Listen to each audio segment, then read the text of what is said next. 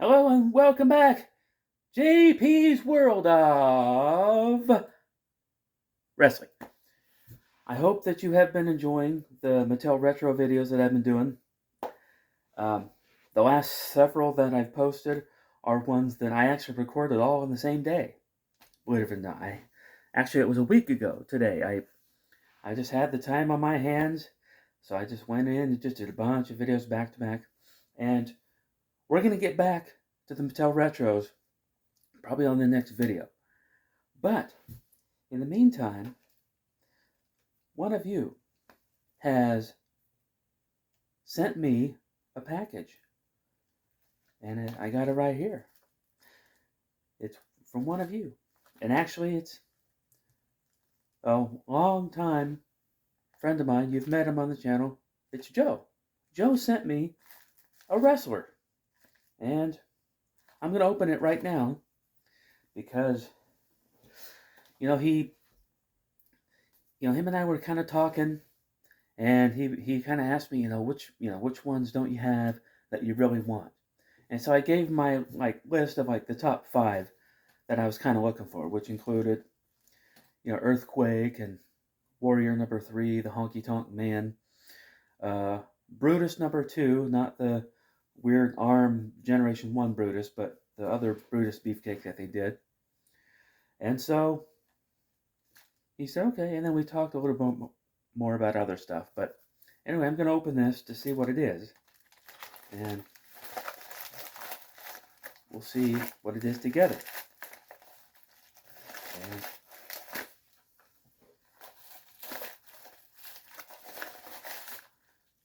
it's wrapped in this other paper package. I love this green polka dot paper.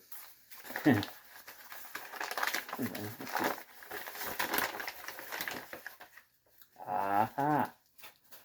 I can tell what one this is.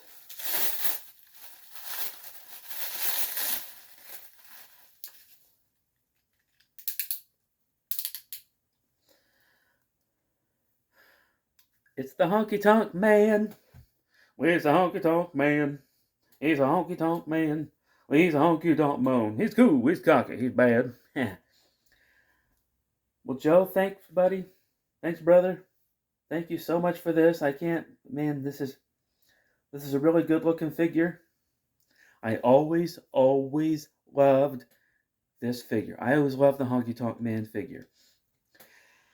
Now, as a wrestler, I actually enjoyed Honky Tonk Man as a wrestler too, because even as a heel, he was the type of heel that really kind of got under your skin.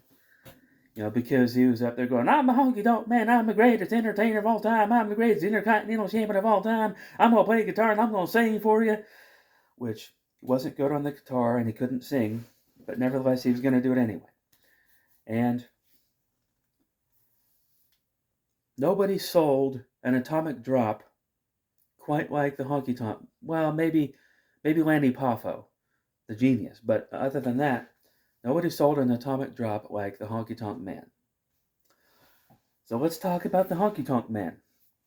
Okay, so I first remember Honky Tonk Man as a heel, but apparently they brought him in sort of as a babyface, but he wasn't getting over as a babyface. People thought his gimmick was stupid and cheesy, so they put him on the Snake Pit with Jake the Snake Roberts, and then Honky Tonk Man hit Jake with a guitar, and then he started being managed by Jimmy Hart.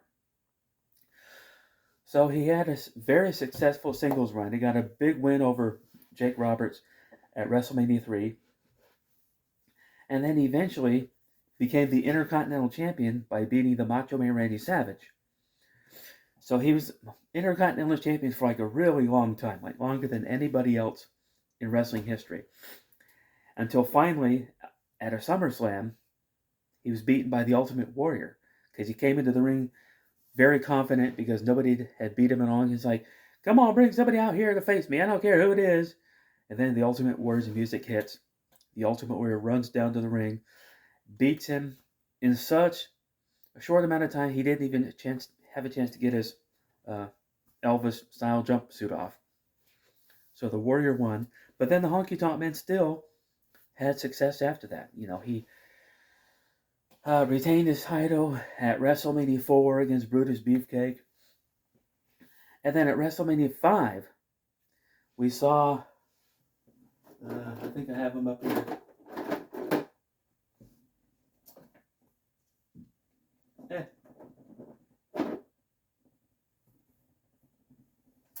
Well, I did have him just behind me, but I'm talking, of course, about Greg the Hammer Valentine.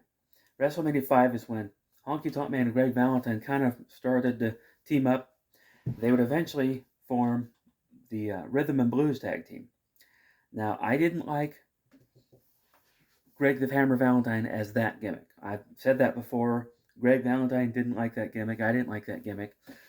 But they were trying to get some personality out of Greg Valentine. But honestly, in my opinion, Greg Valentine didn't need a gimmick. But Honky Tonk Man, the gimmick worked for him. The gimmick works very, very well for him.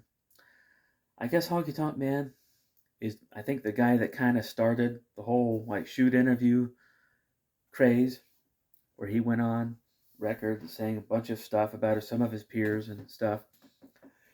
And then there was a video out there with Lanny Poffo getting in what looked like a shoot fight backstage at some indie show, and Honky Tonk Man was kind of there to kind of break up the fight, whatever. Of course, we later found out that that was all a work. That was all thought out ahead of time. But nevertheless, the Honky Tonk Man was there, and the Honky Tonk Man is still around. You know, he's still making appearances, and he was inducted into the Hall of Fame a few years ago. And, you know, he was always just, I don't know, I always just kind of kick out of him. Even as a heel, I always got a kick out of the way he wrestled and the way he would sell. That's back when wrestlers used to sell. That's something that wrestlers just don't do anymore.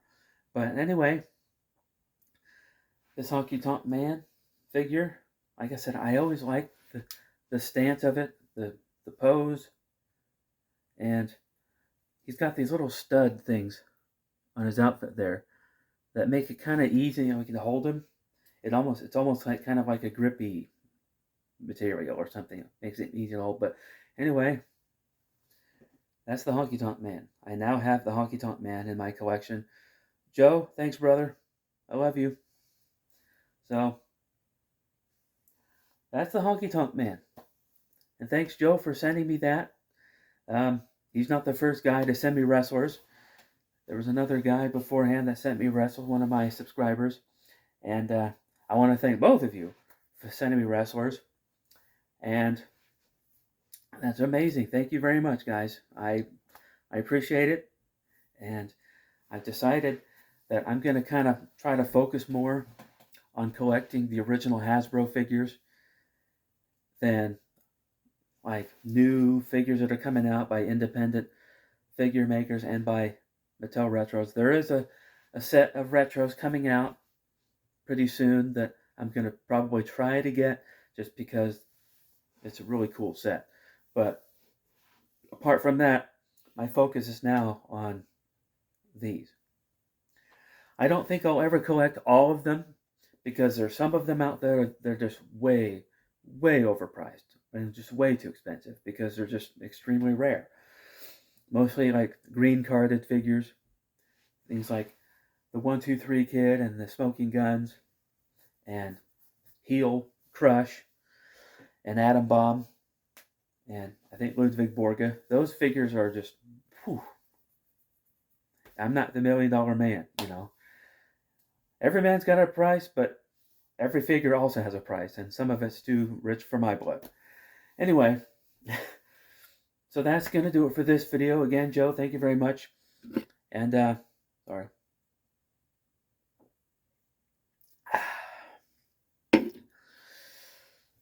Anyway, thank you so much for watching. If you're new here, go ahead and like the video, subscribe to the channel, share it on social media if you want, and I will see you next time.